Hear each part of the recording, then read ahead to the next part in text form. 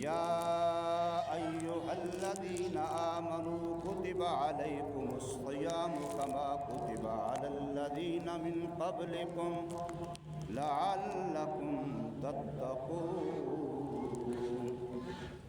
قال النبي صلى الله عليه وسلم الصوم لي وأنا أجزي به وقال النبي صلى الله عليه وسلم الصوم جنة وقال النبي صلى الله عليه وسلم التقوى ملاك الحسنات وقال النبي صلى الله عليه وسلم التقوى هاهنا صدق الله وصدق رسوله النبي الكريم ونحن على ذلك لمن الشاهدين والشاكرين والحمد لله رب العالمين اللهم صل على محمد وعلى آل محمد كما صليت على إبراهيم وعلى آل إبراهيم إنك حميد مجيد اللهم بارك على محمد وعلى آل محمد كما باركت على إبراهيم وعلى آل إبراهيم إنك حميد مجيد اللہ تبارک و تعالی کا بہت بڑا کرم فضل احسان منت ہے کہ اس ذات پاک نے ہمیں ایک مرتبہ پھر اپنی زندگی میں صحت و سلامتی کی حالت میں رحمت والا بخشش والا جہنم سے آزادی کے پروانوں والا بابرکت مہینہ رمضان مبارک نصیب فرمایا ہے اور رب کائنات کا اور زیادہ شکر کہ اس نے ہمیں رمضان مبارک کا پہلا جمعہ نماز جمعہ کی توفیق عطا فرمائی۔ میرے بھائیوں، رمضان مبارک کا مہینہ نمبر 1 دین سیکھنے کا مہینہ ہے اور نمبر 2 نیکیوں کا ذخیرہ جمع کرنے کا مہینہ ہے۔ جو بندہ رمضان مبارک میں یہ 2 کام کرتا ہے اپنی بساط تک، اپنی وسعت تک، جہاں تک اللہ نے اس کو طاقت دی ہے، تو سمجھو اس نے رمضان مبارک کے مقصد کو پا لیا۔